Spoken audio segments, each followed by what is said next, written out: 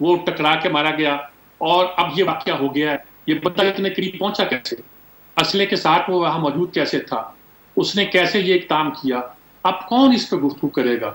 اس بات کو اتنا کمپلیکیٹ کیا جا سکتا ہے کہ جس کی انتہا نہیں. پھر سیاستدان اس کو اور کمپلیکیٹ کریں گے اور خراب کریں گے. ملک کے حالات جو ہے یقینی طور پر اس واقعے سے زیادہ خراب ہوئے ہیں اور اس پہ زیادہ کمپلیکیشن پیدا ہوئی ہیں. اور یہ لگتا یہ ہے کہ اب کوئی کہتا ہے کہ میں نے تو کل ہی فون کر کے بتا دیا تھا. ہمارے مجاز چودھری صاحب کہتے ہیں کہ وزیر آباد کے قریب جو واقعہ ہو سکتا ہے, ہوگا, بلکہ ہو سکتا نہیں ہوگا. اب ان کو کوئی پکڑ کے کہ تجھے خواب آیا تھا, کیسے خبر ہوئی تھی؟ ہاں, تھریٹ الرٹ جب وہ لاہور سے چلے تب سے تھا, سب کو معلوم تھا, عمران کو بھی معلوم تھا. پھر سیکورٹی کا بالکل میرا خیال میں پرواہ نہیں کی گئی.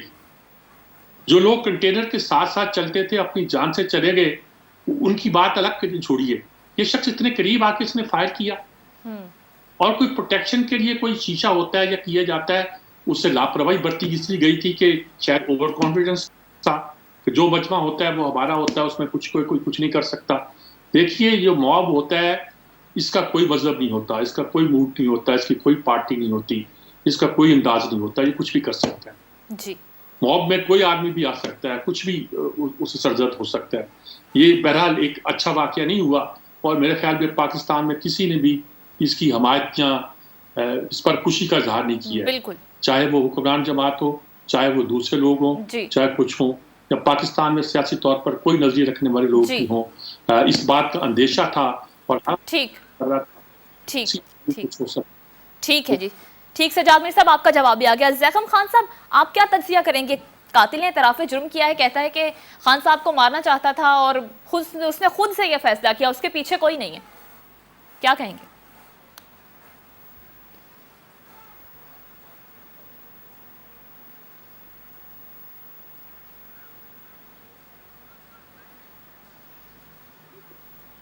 پہلی بات تو یہ ہے کہ آج کا دن ایک بہت ہی افسوسناک دن ہے جب ایک سابق وزیر اعظم پر سیاسی ایکٹیویٹی کے درمیان میں قاتلانہ حملہ کیا گیا.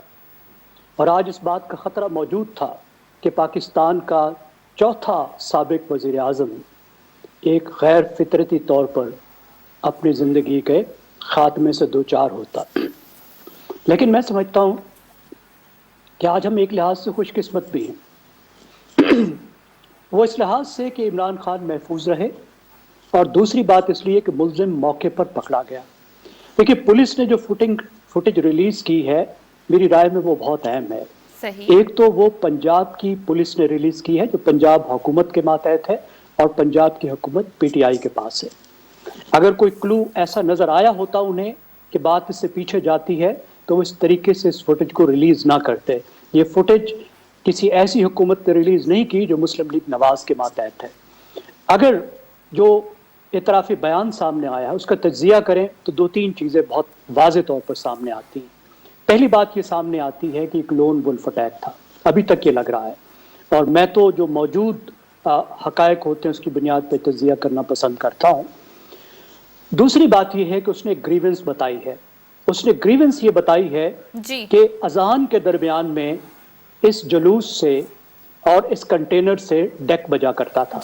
یعنی اس کا الزام جو ہے وہ ایک توہین مذہب کا الزام ہے کہ اس جلوس کے درمیان, اس ایکٹیویٹی کے درمیان میں اذان کی توہین ہوئی.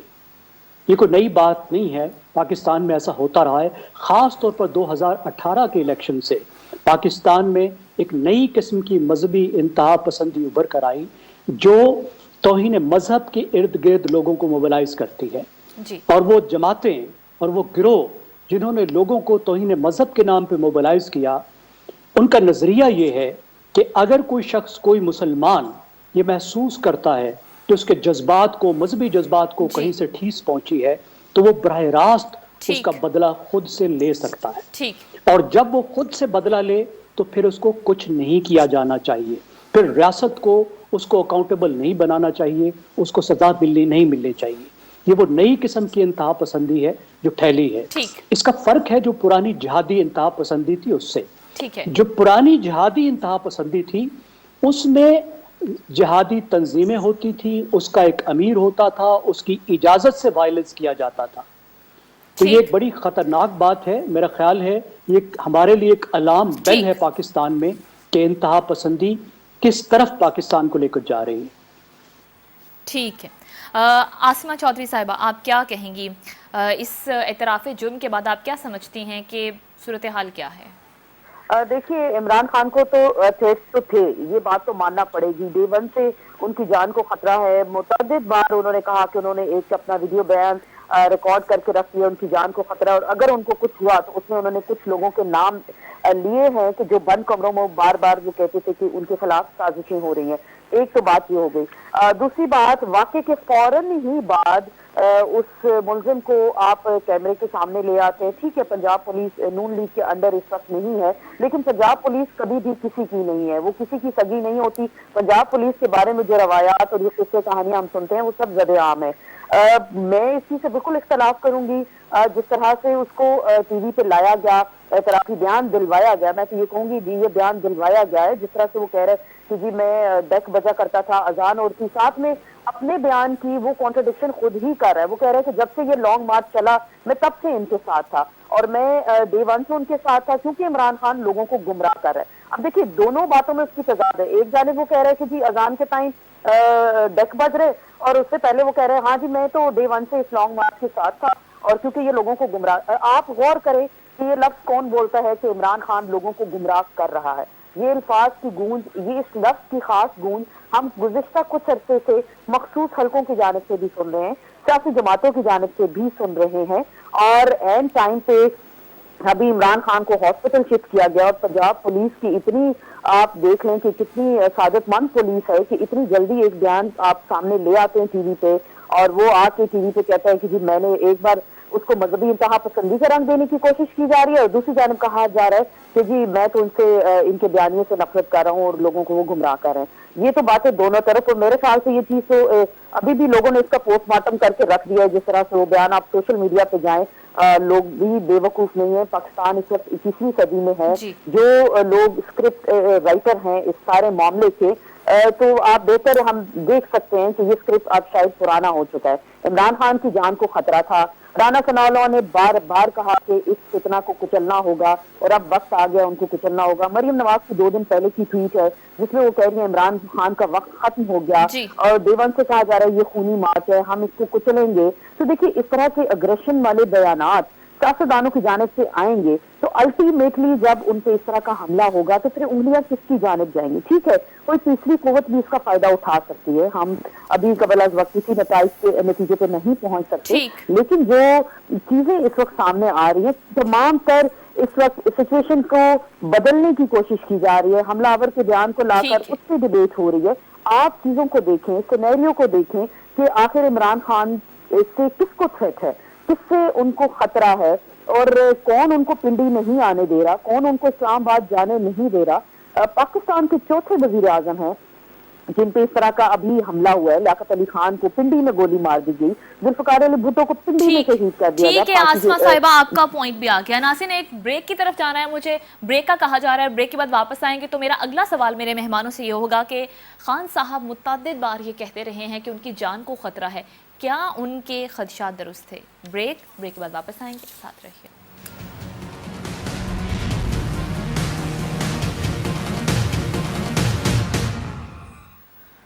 ناظرین بریک کے بعد ایک بار پھر سے خوش آمدید کہیں گے پروگرام میں. عمران خان پر کنٹینر پر قاتلانہ حملہ کیا گیا، وہ اب خطرے سے باہر ہیں، ان کے پاؤں میں گولی لگی ہے، زیر علاج ہیں. لیکن اس سے پہلے خان صاحب متعدد بار یہ کہہ چکے ہیں کہ ان کی جان کو خطرہ ہے. مہمانوں سے سوال کہ کیا خان صاحب کے خدشات درست ہیں؟ میر صاحب سب سے پہلے آپ کیا کہیں گے اس پر؟ سجاد میر صاحب. لیکن خدشات تو ہر طرح سے درست نکل سکتے ہیں جی. اس میں کیا سوچنے کی بات ہے، کیا عقل لڑانے کی بات ہے، یا کیا تجزیہ کرنے کی بات ہے؟ جو آدمی فیلڈ میں نکلے اور اس طرح نکلے اور سب کو للکار رہا ہو، اس کی جان کو خطرہ کیوں نہیں ہوگا؟ ایک سیدھی سی بات ہے، نہیں ہے، کوئی تجزیہ نگاری کی ضرورت نہیں ہے، یا کسی سوشل میڈیا پر جانے کی ضرورت نہیں ہے. آج جو واقعہ ہوا میرا تو دل نہیں کرتا کہ اس پر کوئی تجزیہ کروں. میں نے 2-3 بڑے چینل کو دیکھا اور میں کوئی تجزیہ نہیں کر رہا تھا، صرف کوریج کر رہا تھا. کیونکہ عام طور پر ہوتا ہے کہ ایسے موقع پر فوراً تجزیہ نگاروں کو لیا جاتا ہے، اور تجزیہ نگار کہتے ہیں کہ رانا ثناء اللہ یہ کر رہا ہے، کا کہہ رہا تھا اور مریم نواز یہ کر رہی تھی اور نواز شریف لندن میں بیٹھا ہوا یوں سازش کر رہا تھا، عمران خان ایسی باتیں کر رہا تھا جو موت کو اور خودکشی کے مترادف تھی اور جو موت کو دعوت دینے کے ایک کی طرح تھی، اور جس کا نتیجہ یہی نکلتا تھا جس سے میں نے لائٹ موڈ میں کہا تھا کہ اس طرح تو ہوتا ہے اس طرح کے کاموں میں. آپ کوئی تجزیہ کر لیں، یہ تجزیہ کا موقع نہیں ہے، یہ ملک کی صورتحال کو سمجھنے کا موقع ہے. عمران خان کو خطرہ تھا، کیوں خدشہ نہیں تھا؟ عمران خان یہ بھی کہتے تھے کہ مجھے مارنے والا یہ کہے گا کہ یہ مذہبی طور پر اس کو مذہبی جنونی ثابت کیا جائے گا. اور بھائی ممتاز قادری جنہیں جو قتل کیا تھا سلمان تاثیر کا، مذہبی جنونی تھا نا جی. اور سلمان تاثیر کو سمجھایا جاتا رہا تھا کہ تیرے ساتھ کوئی اس طرح کا واقعہ ہو سکتا ہے تو ذرا احتیاط کر. جی. اور ممتاز قادری سے یہ لبیک پھیلی ہے جو اب کسی کے قابو میں نہیں آتی. تو یہ اس طرح کی باتیں تو کہیں سے بھی پھوٹ سکتی ہیں. صحیح. آپ کا کیا خیال تھا کہ وہ کوئی جانتی کی بات کی تھی؟ لیکن اتنے فالوور ہیں. جنازہ جو آپ نے ان کا دیکھا ہے خادم حسین رضوی کا، کوئی پاکستان کی تاریخ میں اس کی مثال نہیں ملتی. خود ممتاز قادری کا جنازہ بہت بڑا تھا. بالکل بالکل. تو عمران خان کو بھی مذہبی سے خطرہ تھا اور انہوں نے اشارہ بھی اسی طرف کیا تھا. صحیح. یا یہ کہا تھا کہ یہ کہہ دیا جائے گا کہ مذہبی جنونیوں نے یہ کر دیا. جی. تو میرے خیال میں جب ساری بات کا علم ہو اور سب کچھ ممکن ہو تو احتیاط تو ہر طرف سے ضروری تھی، حکومت کی طرف سے بھی، صوبائی حکومت جو ان کی اپنی ہے خود ان کی طرف سے بھی. میں پہلے بھی کہہ چکا ہوں کنٹینر کے ساتھ ساتھ لوگ چل رہے ہیں، وہ سامنے سے آ کے فائر کر رہا ہے، لوگ نیچے سے آ کے مر رہے ہیں، لوگ سامنے سے آ کے ٹکرا رہے ہیں. ٹھیک ہے سجاد میر صاحب. زیغم خان صاحب آپ کیا کہیں گے سر؟ جتنے بھی بڑے لیڈر ہوتے ہیں ان سب کی جان کو خطرہ ہوتا ہے، کیونکہ ان کے کروڑوں چاہنے والے ہوتے ہیں، کروڑوں ان سے نفرت کرنے والے ہوتے ہیں، سینکڑوں ان پر جان دینے پر آمادہ ہوتے ہیں اور سینکڑوں ان کی جان لینے کو تیار ہوتے ہیں. قائد اعظم پر بھی حملے ہوئے تھے، لیاقت علی خان تو ایک حملے میں اپنی جان سے گئے. ہمارے دوسرے کتنے ٹاپ لیڈرز ایسے حملوں میں اپنی زندگی کی بازی ہار گئے. آج ہمیں یہ بھی ذہن میں رکھنا چاہیے کہ سب سے زیادہ قربانیاں ان پارٹیوں نے دی ہیں جو دہشت گردوں کے خلاف کھڑے ہوئے تھے، اور سب سے زیادہ لیڈر ان پارٹیوں کے شہید ہوئے ہیں جو دہشت گردوں کے خلاف صف آرا ہوئے تھے. میں این پی کا نام لینا چاہتا ہوں جس کی صف اول کی لیڈرشپ سے لے کر تھرڈ ٹیئر کی لیڈرشپ تک درجنوں شاید سینکڑوں لیڈر مارے گئے.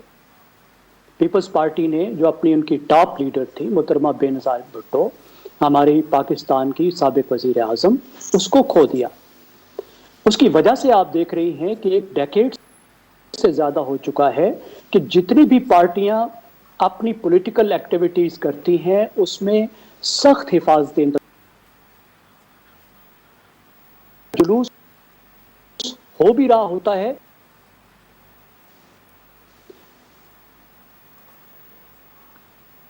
جی ٹھیک ہے. زیغم خان صاحب آپ کی آڈیو میں کچھ پرابلم آ رہا ہے لیکن آپ کا پوائنٹ آ گیا ہے.